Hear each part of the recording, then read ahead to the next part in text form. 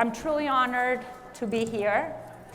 I grew up in a household where we spoke Spanish, Spanglish, Romanian, Hebrew, English, everything in between, a little bit of dialect. You know, we would start with one word and do another word in another language. And really, this multicultural upbringing made me feel like it's very important to understand where we all come from and how we increase the fabric of the Jewish community with our different multicultural lives. So today we are going to hear from the most amazing panelists. To my left over here, you have Julian Voloj, or Julian also. Julian works for Lashon. He's an author. Actually, his book, one of his many books, is outside if you want to go out and buy it later. He works for Lashon. He'll tell you a little bit more about Lashon and how important this organization is in the Jewish diversity space. We have next to him, we have Carly Pildis. Carly works for Zioness, a wonderful, progressive, Zionistic organization. And we're going to hear a lot about Carly and her personal views and also the work she does. She's also contributing editor of Tablet Magazine. We're going to hear from Yoshi Silverstein. Yoshi works for Hazon. He's also very involved with another wonderful organization that works on Jewish peoplehood and diversity called the Jews of Color Field Building Initiative. And then at the end, we have Ella Adhanan, who's an Ethiopian Israeli, who has a really cool job in private equity, so we want to hear a little bit about that too. In and of themselves, their professions and their careers are impressive, not only to what they bring to society and to the Jewish community, but their personal stories are also ones that I think we all need to hear. So I'm going to start, let me start with Ella. And this is really a question for everybody, but I want to know why Jewish diversity is important to you. Whether there was an aha moment where you said, I need to be active in this field, I need to be at the table, and I need to be a leader or a participant in this field. So Ella, why don't you start? So first of all, thank you guys for hosting us. Thank you for, I'm really happy to be here on the panel with this distinguished guest. I do not represent any organization, nor I'm a politician, but I'm here to share my personal story. You were talking about aha moment and diversity. I mean, you can just look at me. And I was born in Ethiopia. I'm an Israeli of Ethiopian descent.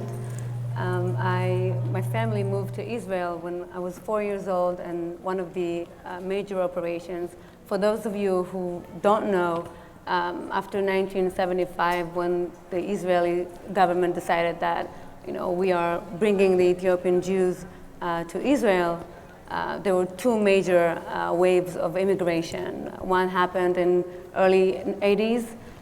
It's called the Moses Operation. And the second one, which I came with, it was 1991 throughout 1992, called Solomon Operation.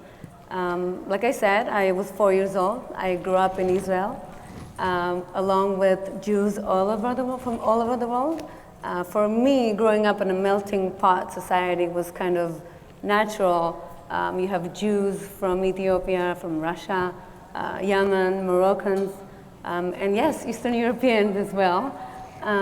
And it's only when I arrived to America, I realized that a lot of people really don't know that there are Jews that are not necessarily from Russia. And I thought it was kind of, silly at first, but as I lived here, more years and realized that I'm meeting more people, even within our communities, that are not really aware of the story of Ethiopian Jews and, the fantastic story, I have to say. And how melting pot is the Israeli country is.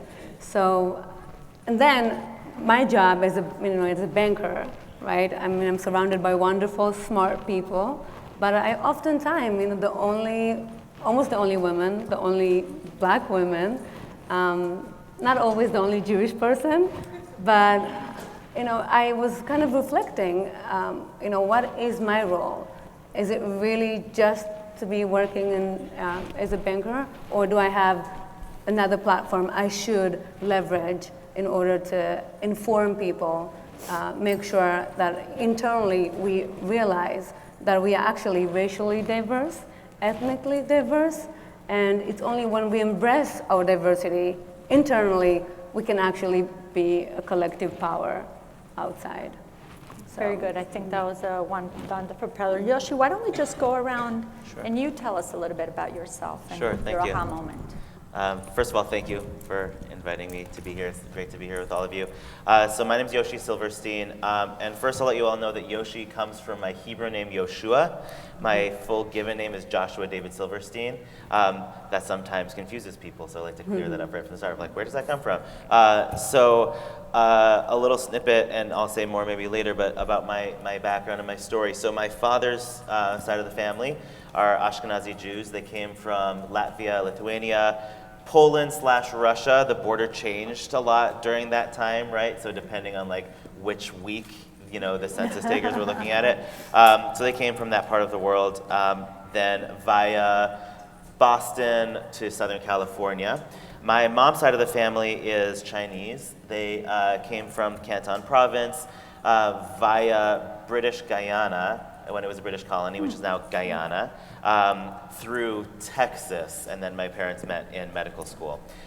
So that's one piece of the diversity aspect, which I'll touch on. But the first one is that thinking about the aha moments, right? There's two that come to mind, and I think the first, this is going back probably 5 or 6 years. I had someone who's now a close friend of mine. We had just met at that time, and she came up to me and she said, "Yoshi, can I ask you a maybe sensitive question?" And I said, "Yeah, I always like sensitive questions. They're the interesting ones." And she said, "Do you consider yourself to be a Jew of color?" And honestly, that was the first time I'd ever heard that term, and I said, "I don't know. I've always been proud of being Chinese, right? But like being a person of color, I honestly didn't have an answer for her at that moment." Shortly after that, there's a program called the Ella Leadership Program that's run through Bend the Arc, and they announced, they've been going since the early 2000s through this leadership training program for folks who are involved in Jewish social justice work. They announced that their next cohort would be entirely for Jewish leaders of color. And so that was both a moment when I thought, okay, can I authentically consider myself a person of color to apply to this? Decided that the answer, of course, was yes. Was lucky to be selected. And when we first gathered for our first seminar, there were 22 of us. And sitting in that room and looking around and seeing all of these faces who were more towards the black and brown end of the spectrum, right? And realizing I'd never been in a room of Jews that looked remotely like that was an incredibly powerful experience, and it felt like coming home. That's beautiful. So that's the first part. And then the second part is, I'll just say that, why do I think diversity is important? I think it's interesting because on the one hand, we had this really shared connection in that room, and that continues when I'm in spaces that are predominantly for Jews of color. I still have that feeling. But that being said, it comes back to like, what are our stories that connect us? And I think actually, our stories aren't really about what makes us different. They're about what connects us, right? Because each of us has a unique personal story, and just as I want to be free to share mine, I actually want to hear the stories of every other person in this room, right? And when we don't tell those stories, or we think that like your story is different and interesting, but mine isn't because I fall into something that's more sort of like a commonly accepted narrative, it actually just like, it like dilutes everyone's story. So diversity is important, not just because it uplifts each of us on this stage, but it uplifts everybody. Yeah, I agree. I couldn't agree more. Carly, why don't you tell us about yourself? First of all, it is such an incredible honor to be here, and particularly on this panel. I'll just note I'm not a Jew of color. I'm a parent of a Jew of color and a wife to a Jew of color. So I very much see myself as a guest in this space. And I just think it's important to sort of put that out there from the beginning. My big aha moment comes to me, it's 2016. It's summer, I'm 6 months pregnant, and I'm at a work conference, and I'm at an organization at the time that worked in anti-poverty work, worked in anti-racism work, had been really steeped in political organizing for a long time, you know, doing constituency organizing at the Obama campaign, doing anti-oppression work, and I'm with this wonderful group of colleagues that are like family, and I'm very pregnant. And one of them, an older lady I am rather close to, came up to me and she said, "Can I touch that belly?" And I said, "Sure, Dolores, come on over."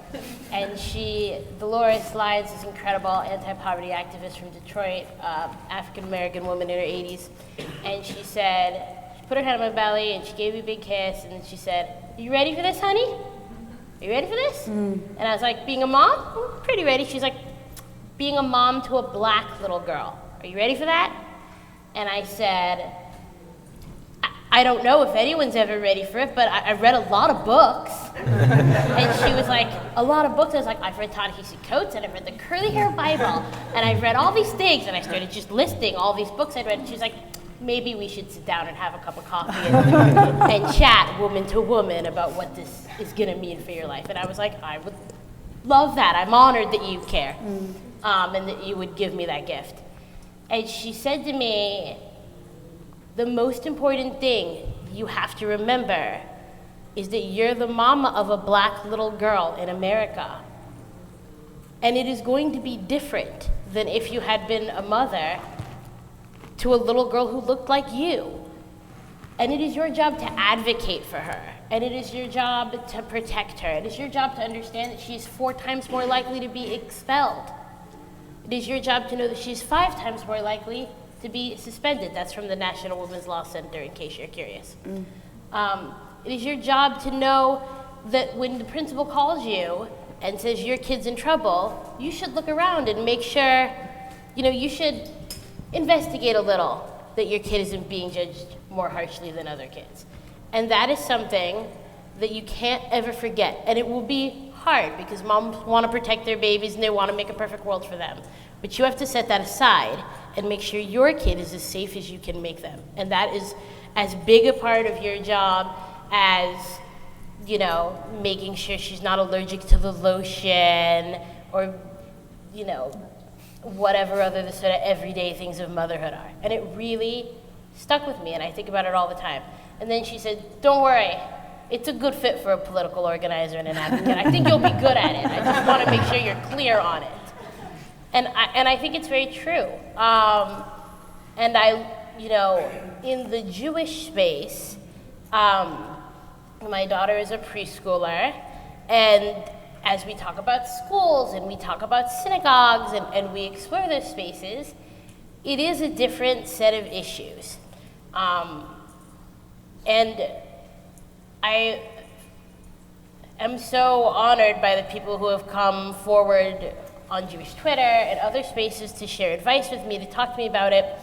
And I think that, it's important to talk about how we create those more inclusive spaces. For example, when we went to preschool, we really wanted to send our kid to Jewish preschool. And I waited till after the Torah, and I went up to the director of the DC JCC, a wonderful school, and I said, "I just need to know, is my daughter going to be the only black kid in the entire school? So I can make an informed decision." And that's not easy to do. It's hard to talk about, but you owe it to yourself, to your community, to have hard conversations. And she said, "No, but she would probably be the only little black girl in her class. But we've tried to make it a little better by hiring a lot of black teachers here." And I thought, it's not perfect, but at least we're talking about it. Right. And that's, I guess, my big message. It's not going to be perfect. Talk about it anyway. It's going to be hard. Talk about it anyway. It's going to be painful, but it won't get better if we're quiet. I completely agree, and that's exactly precisely why this is such an important topic for ADL. I'm going to turn it over to Julian to tell us about his personal story and then delve into, because there's a lot to unpack of what each one of you said. So actually my answer changed while listening to you because I was planning to say something else. But so there are 2 parts, but I maybe start with the aha moment for me, or why. So I'm not necessarily interested in I wouldn't frame it that I'm interested in diversity, I'm interested in identity questions. And as you can hear from my accent, I didn't grow up in this country and only moved here 20 years ago. So I grew up in Germany where identity is often seen as very mono-ethnic. So when I grew up, as a teenager, most of my friends were the hyphenated Germans, the Greek Germans, the Turkish Germans.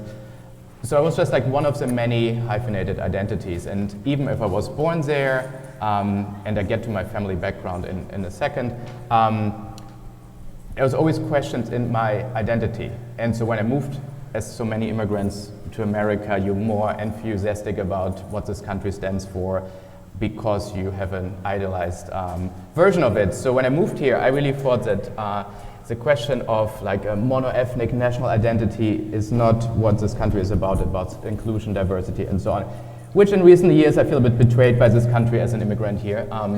But because what we see right now, I think, is like the mono-ethnic fascism that you have also in Europe resurrecting. So I was always interested in the idea of like identity questions because my identity was questioned. And not only as being someone who grew up in Germany with a German passport, but also in the Jewish community because oh, you're really Jewish? I mean, and even when I came to America, people questioned many times my authenticity. So my family background is, so on my dad's side, my grandfather moved to Latin America, to Colombia. Actually, they moved first to Argentina with like a few cousins, and then they changed their name to the spelling of my name, the way you see it now. So every time you see someone with this last name spelled this way, relative, somehow related. But as it is often, so they were split in the family, so he ended up in Colombia. But he moved in the late 20s, early 30s, and married an indigenous Colombian woman who converted. And all his family was wiped out. So it was during the Holocaust, so he had no basically relatives in Europe anymore. And for him it was important to raise a Jewish family. Fast forward 40 plus years later, my grandmother died. The Jewish community in Colombia, in Bogota, denies her to be buried in the Jewish cemetery if they can't prove that her conversion certificate from 4 decades before. So they didn't find any proof, although she lived 40 plus years, 47 years or something as a Jew, to be buried on a Jewish cemetery. My grandfather died 3 months later or 2 months later because he was so angry. So they're buried in different cemeteries. The cemetery plot in the cemetery in Bogota next to him, because they reserved it long in advance because it's a small cemetery, is actually still empty because she was never buried there. So half of my family, or even more, broke with Judaism at all. They said, you know what, screw this, it's not anything we want to live with. On my mom's side, so my grandmother, as a young kid, survived with her brother, and they had an older sister who was already in Colombia. And so they went to Paris first, together with Paul Celan, who was a famous German poet who committed suicide shortly afterwards. And actually now some letters I heard that they found from Paul Celan were actually reference my grandmother, which is crazy. I haven't seen them themselves, but a friend of mine from Germany contacted me. And so my grandmother and her brother went to Colombia and started a new life there. She met a German Jew, they married. And I want to just point out that actually, so both my grandmother died this year and her brother died a few years earlier, but actually the granddaughter of him is actually here sitting in the audience, also from Colombia. So, we have a nice family union. Karen is, yeah. So, but besides this, so my grandfather, they started a new lifestyle from Germany, but then his parents wanted to go back to Germany because they were, 30 plus years in Colombia, so they decided to come back to Germany. And my great-grandmother died 2 months afterwards. And so, my great-grandfather, after a human man, died shortly afterwards. So they went to Germany just to spend a few years with her, and she continued to live for 20 plus years. So my mom actually grew up in Germany. Went back to Colombia. So it's this back and forth. Diverse. Yeah, right. and so my family has, because of the split, so we have Muslims, we have Jews, we have Christians in my families, we have any shade of brown in my family, it was always a very diverse family, and I assumed this is the experience that everybody has, and it was not so. So truly interesting, and as Yoshi pointed out, we can go on and everybody can tell their story, and there's some interesting intersection between our family heritage, our languages, where we grew up, how we become part of the Jewish people, continue to be part of the Jewish people. I want to point out something that Carly said about, paving the way and unpacking a little bit of what organizations are out there for anybody here who either is interested in being active in any of these organizations or has someone who they know that might be interested, because there's a lot that has already been done. And even though we're probably not at the state where we want to be, let's find out what there is. So there's two great organizations represented here, Yoshi, the Jews of Color Field Building Initiative, and Julian Voloj, Lashon, that have some statistics. Like, let's quantify what we're talking about, right? So the Jews of Color Field Building Initiatives did a study which was a meta study, right? So they took all the different federations, different studies to find out. And tell us a little bit about those findings, and because the quantification is that about 12 to 15% of American Jews today are some sort of Jews of color. Prior to that, Bechol Lashon had done a study 20 years ago that 20%, I think that included Mizrahi and Sephardic Jews, whereas this might not necessarily. So if we talk about the numbers, 12 to 15%, what does that mean? And what are these two organizations doing to pave the way to families like Carly's that want the infrastructure in the synagogues, in the schools, in Jewish organizations, in nursery school, in everyday life, to be able to not only advocate for, but also integrate, include, and continue the conversation and make it even better. So Yoshi, why don't you tell us a little bit about the study, the top line, just very, very top line, and what you're doing about that study in practicality. Sure, thank you. So I'll say two things. One, so with my involvement with the Jews of Color Field Building Initiative, which I'll just call it the initiative for, Yes. 'cause it's shorter. So I sit on the Grand Advisory Group. So there's, I believe it's 3 lay folks on the group, and then now 3 staffers. I'm going to call one out. Ricky Robinson works for the Field Building Initiative. So she's an actual staffer. So if you want someone who has a paid position to talk about these things, you should definitely follow up with Ricky. So the Field Building Initiative, first of all, it's a little over a year old, and there are sort of 3 main tiers. One is education, one is research, and one is grant making. So the Grant Advisory Group, we review the larger grants that come in from all sorts of different organizations. It's a group that's all Jews of color on this committee, and ask good questions, think about just the different structures, and make recommendations that then get passed along to the funders that the money is coming from. So that's my involvement with the initiative. So one of the other tiers, though, is research. And so looking all the way back to this transition from being basically a family tribe, and I'm going back like thousands of years to like the tribe of Abraham, right? We went to Egypt, and then we left Egypt as a people. And there was this like exponential growth that you can't actually, like if you look at the number, and we don't know the actual numbers of Exodus, but it's like hundreds of thousands. Right. It's like, wait, there's not enough generations to go from like, right, a tribe of, let's say 12 families to like hundreds of thousands. So one of the ways that we look at that is we see actually what we call the Erev Rav, the mixed multitude of people who are maybe living in and around and adjacent to like the Israelites, who saw what was happening, saw this sort of like liberatory movement from slavery to freedom, and said, oh, we want some of that. We're oppressed ourselves, maybe we're also slaves, whatever.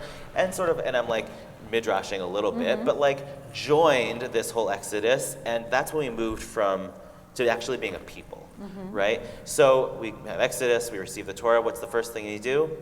We count, right? The first census takes place somewhere right in that mix, because we're saying we have this whole new nation, and we have to understand like who makes up this nation, right? So being counted and figuring out who makes up the collective that we call the Jewish people is at our very roots as a people and is of critical importance. So the first thing that Alana Kaufman, who's the executive director of the initiative, did is said, okay, we're doing all these things to support, initiatives that support Jews of color and Jews of color leaders, but we need to get a sense of like what does the landscape actually look like.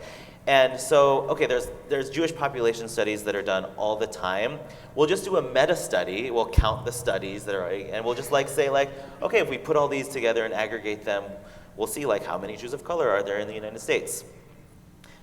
We could go way down the rabbit hole of how complicated that turned out to be, which we're not. Which we're not. But the top level, it found that through looking at all of these different studies, the minimum, and this is the lowest probable number, is nationally 12 to 15% of Jews are people of color. Right.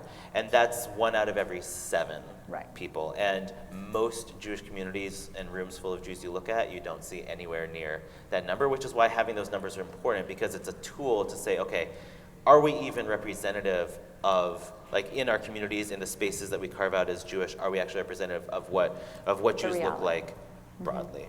So I'll stop there. Right. No, that's a great intro. And Julian, I want you to just top level tell me some of the programmatic work that Bechol Lashon does, whether, the camps, what you do on campus, just top level, list. I will just add one just thing. So it all has to do with our worldview so Bechol Lashon in a way, so we do, let's start with what we do and I'll go then back to the worldview. So we do, so it started very grassroots. So one of the things, we have the oldest summer camp for diverse Jewish youth. It's in San Francisco. We doing trainings where we talk about our worldview, because, and a lot of things is similar to what Yoshi said. As the joke goes, or the old saying goes, Ethiopia is mentioned a dozen times in the Bible. Poland is not even once mentioned. Jewish diversity is really part of Jewish history forever. I mean, the 12 tribes were diverse, and so it's not a new phenomenon. So and we really want to bring the normality and our view Jews as a multicultural people to audiences. So it is for our trainings. We do trainings for schools where they have situations like you described. They said, okay, we have now 2 kids of color here, how we deal with it, or there's, the sad thing is not, normally it's after the fact, so there's already bullying incident or something, and then they come to us and say, oh, we want to deal with it. Unfortunately, not often proactive. Then we bring speakers. We have an amazing speakers bureau where we bring people. We just had an event yesterday night at Hunter College. So we bring speakers to different venues and just want to have people tell their stories. We had an Ethiopian filmmaker talking about his own journey. He was abducted in Sudan as an 8-year-old. We brought his story to audience. We have a blog on My Jewish Learning, Jewish and, because we want to make normal that identities don't compete. You can be Jewish and something else. And it's something that we want to celebrate by bringing it to it. So globaljews.org is our website, so you should all sign up for the newsletter just to see all the things we're doing. Yeah, well, that's great. And so Carly, as a mother, what excites you about these types of programs that exist? And where do you feel the challenges coming up? First of all, I cannot wait to send my daughter to Bechol Lashon camp. We've already talked about it. She's only 3, so she's not quite there yet. She's more focused on Peppa Pig than identity. But yes, I think there are things that I can't provide her, that as she grows older, I'll rely on groups like Bechol Lashon and the initiative to provide spaces, to be with her peers that are sort of predominantly or exclusively for Jews of color. As a family that's really dedicated to providing our daughter with a Jewish education, at least at the preschool level. We'll talk about that more as she gets older. And struggles a lot with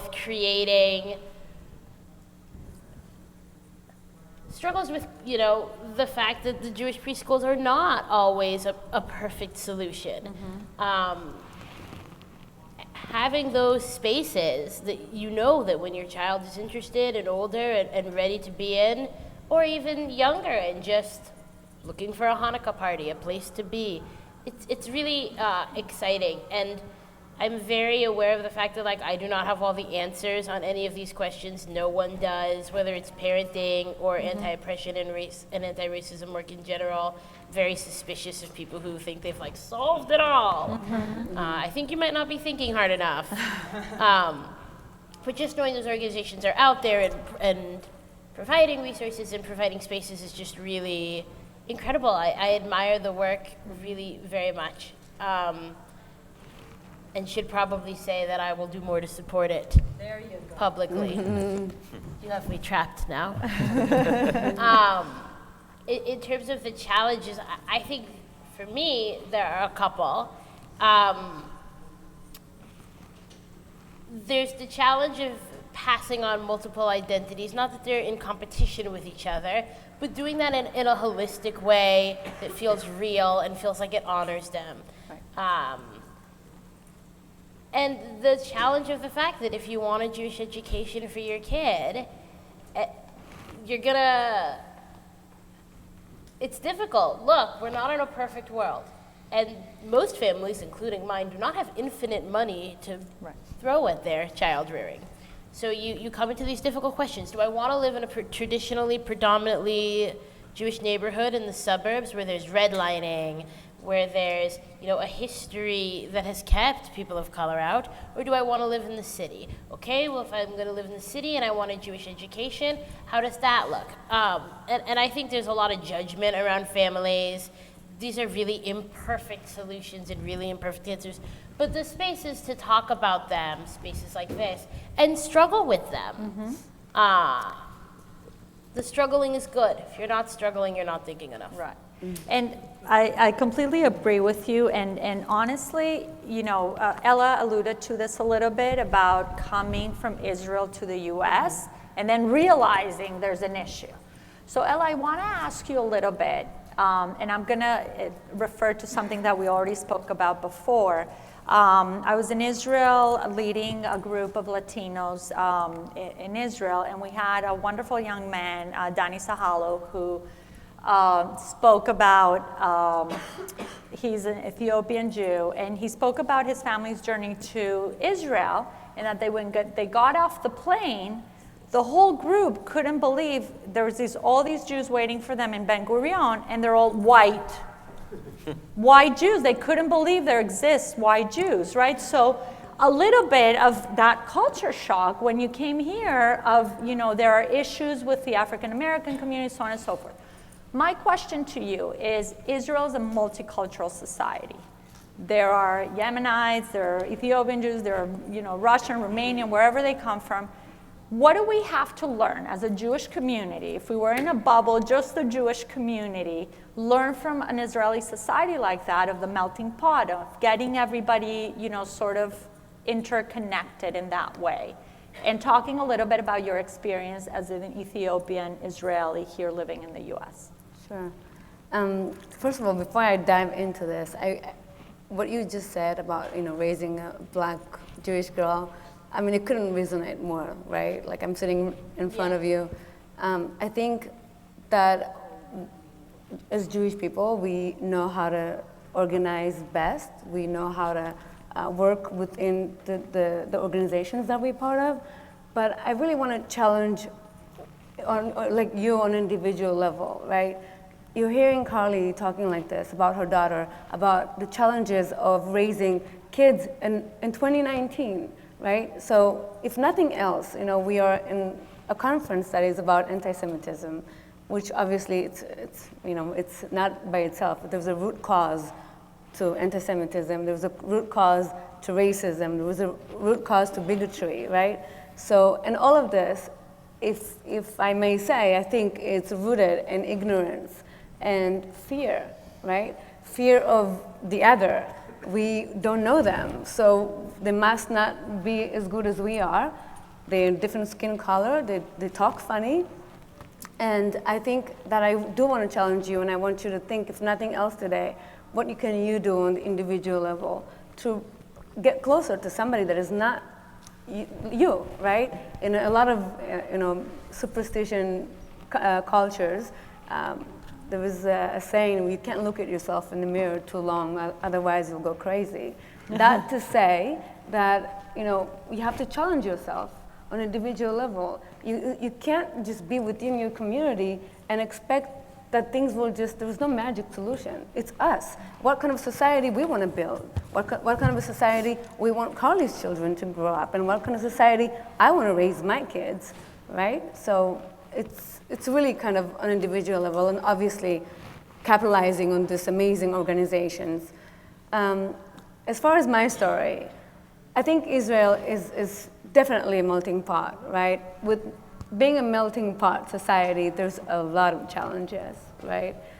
You don't want to live in, places like Japan where things are great, but there isn't really that stimulation, that growth that happens because you interact on a daily basis with people that are different from you, Arabs, Israeli, white, black, racially, ethnic diverse, and with that comes challenges. Then, you have the Ethiopian community that came from a rural, remote area in Ethiopia where most of us didn't have electricity, no running water, and the things you could have probably not imagined because you grew up here or, in a Western country. And you come to this modern, high-tech, innovative society, and you have to kind of catch up overnight, what happened throughout many years.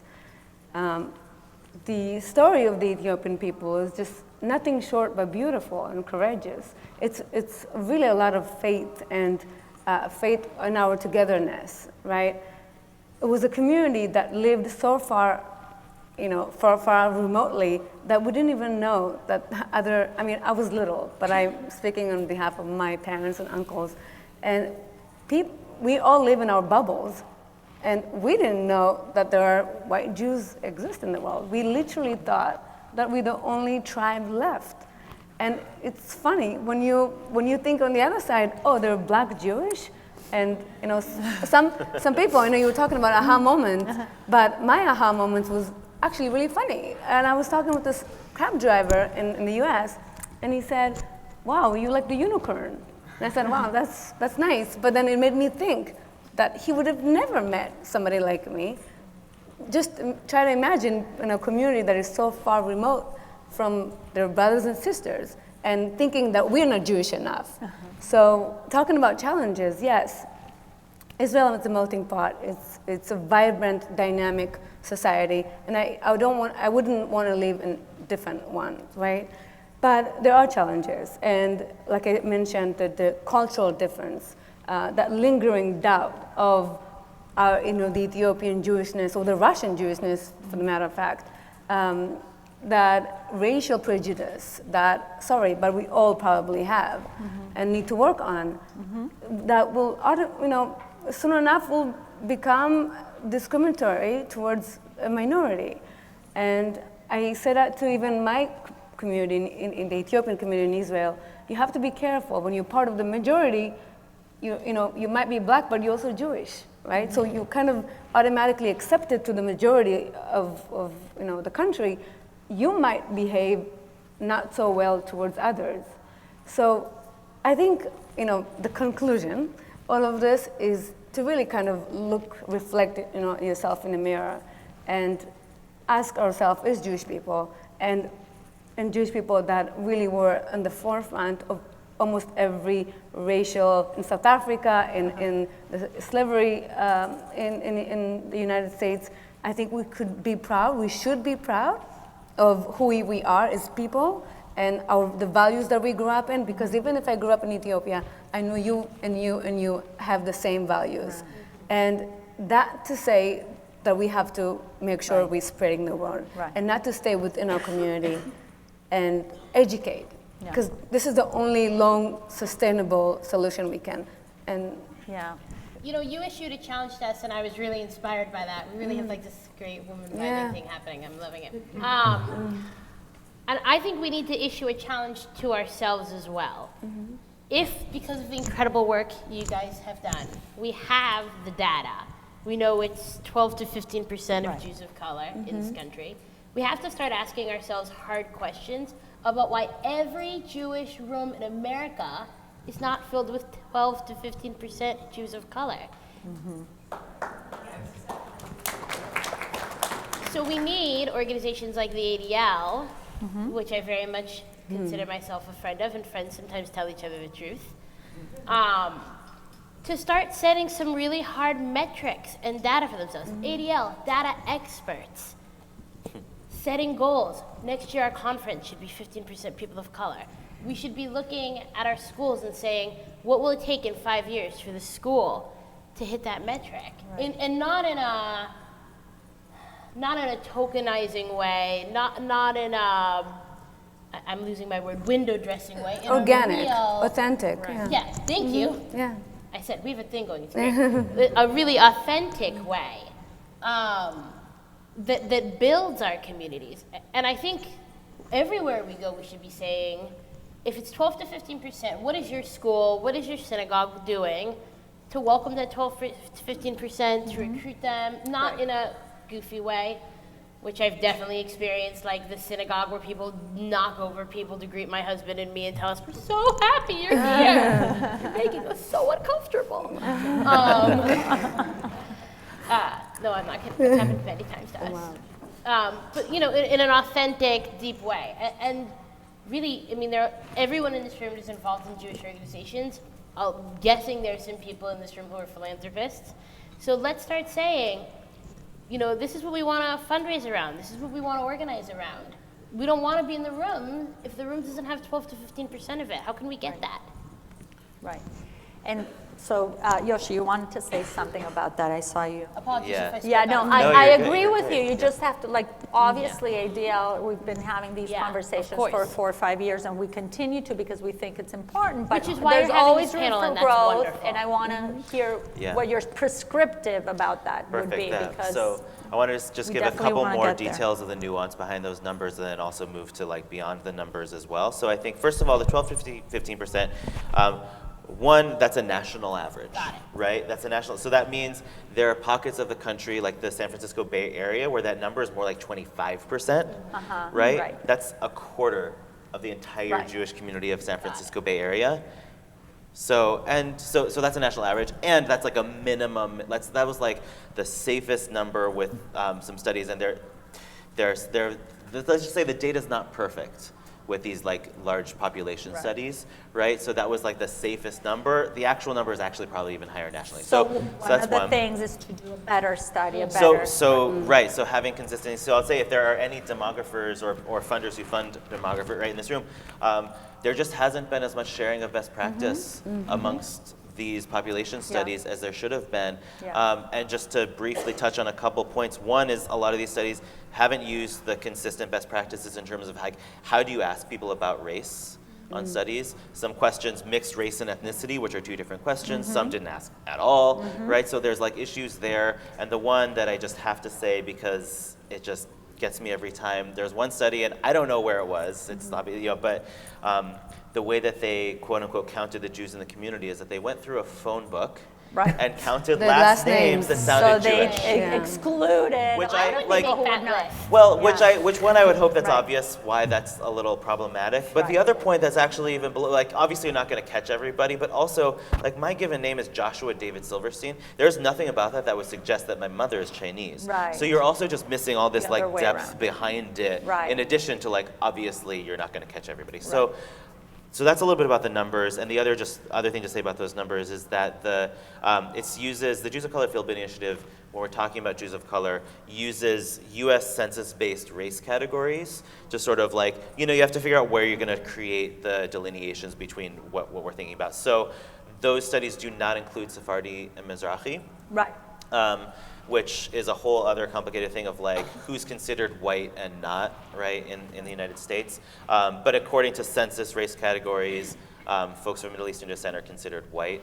So also just to say the 12 to 15% does not include Sephardi Mizrahi, right? So that's a whole other thing. Prescriptions. So, right, I think it's the starting point to say when you're looking around a room, or if you're looking at if you work for a Jewish organization or community, what are those baseline numbers that should be represented is a start. But what I also want to caution us against is also not saying it's not only about the recruitment. It's not only about the art. Like, those things are important. I work in the Jewish world, and I'm glad to see that there's increasing like job descriptions that are saying like Jews of color, like welcome to apply, which is great, but also like hiring a Jew of color, which you should hire Jews of color. Right. Don't get me wrong. But like that by itself isn't going to solve That's not gonna the check whole the thing. box, Like, if you have an organization that is manifesting racist practices because we live in the United States where we swim in an ocean of white supremacy and racism, right? Then just hiring a Jew of color into your organization isn't going to solve anything, and you actually might be bringing them into a situation that's just going to like actually become worse. So it's doing the auditing of our communities and our organizations for like what are just our practices.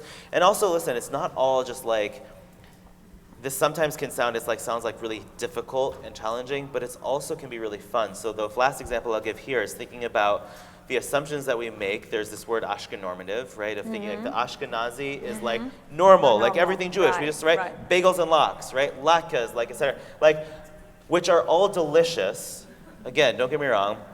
But when we assume that those are the normative Jewish food, one, that just like erases all these other Jewish cuisines, but it also just, it limits us to what we can actually do and express. And those are Jewish because they come from a specific place in the diaspora where Jews spent a lot of time, right? But if we're talking about latkes, which is a Hanukkah food that takes the symbolism of the oil to have a fried food, like, if you can't think of other ethnic cuisines that are fried and delicious, you're really not trying hard enough, right? So like, you know what? So it's like my Chinese Ashkenazi Jewish family, like, will have latkes and maybe make some scallion pancakes, because like those are also delicious and use like all the oil. So like this can be also just be really fun, right? And it's of thinking like, when we think about something like Jewish food, what does that actually mean? If we dig a little bit deeper and sort of like unearth, like Jews, we've been moving around the world for thousands of years, right? So what does that look like? There's a lot of work to be done in this, but I think the fact that we are here is part of like a certain success story. When we did the study 20 years ago, people didn't even believe that there are 20% Jews of color existing. And the fact that we're here and talking about it. And also I want to say, you know, there is of course the diversity that we always had in the Jewish community, but also it's a great success story of American Jews that there is intermarriage, that there is conversion, that there is adoption, and we have to be better and be more welcoming. That's the only thing I want to say. That's a very good one.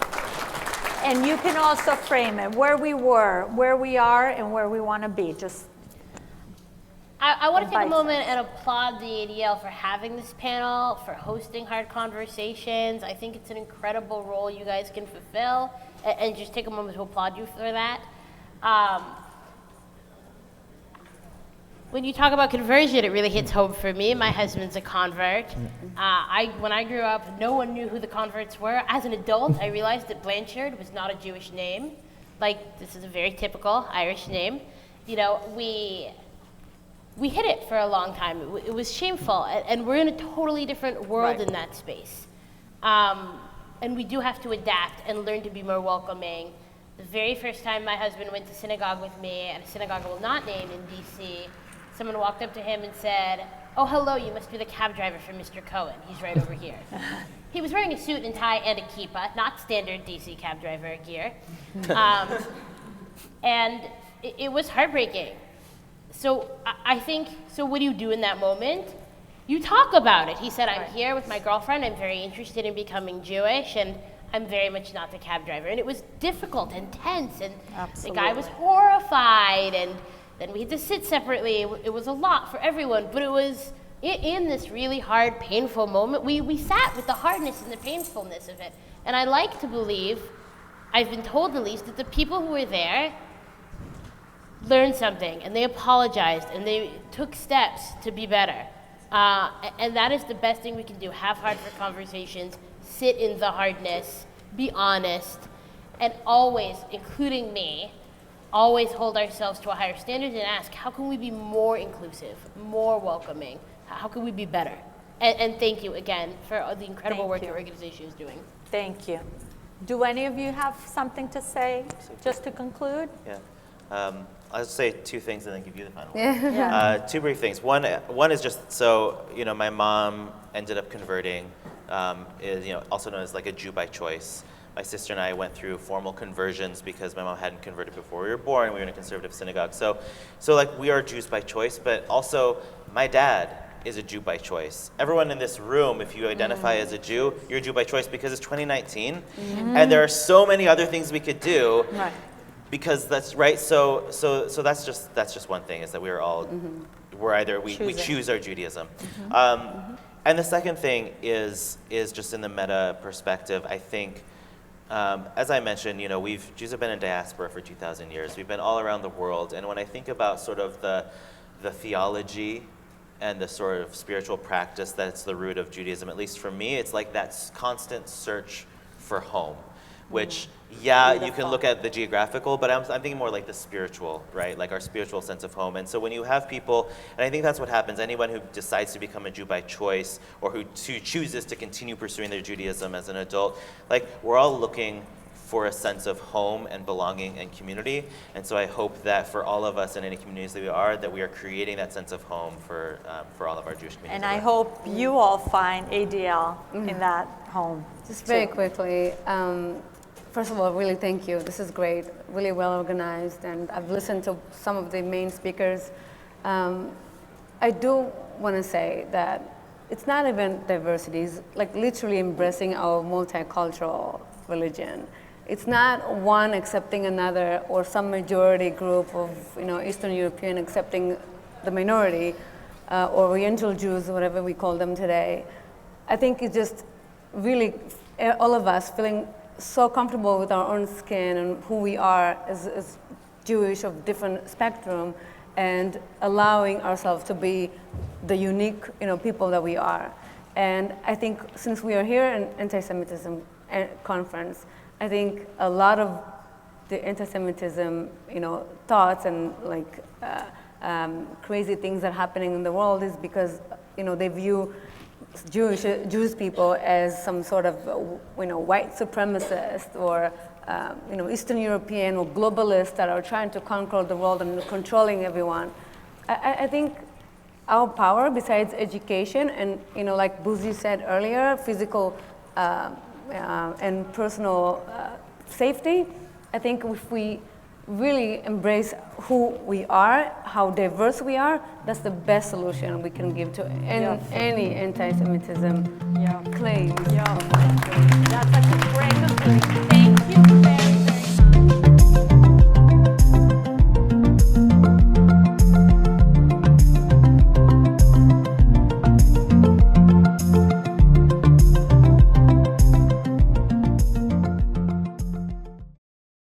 We would be pleased to send a complimentary DVD of this program to anyone who wishes to support JBS with a tax-deductible gift of $36, double chai or more. Simply visit the JBS website at jbstv.org and click on the Donate button to make a donation by PayPal or your credit card. And please indicate the program for which you would like a DVD. Or you can send your tax-deductible check to JBS, P.O. Box 180, Riverdale Station, Bronx, New York, 10471. And again, please remember to indicate which program you would like to receive with our compliments. And we thank you for your kind support.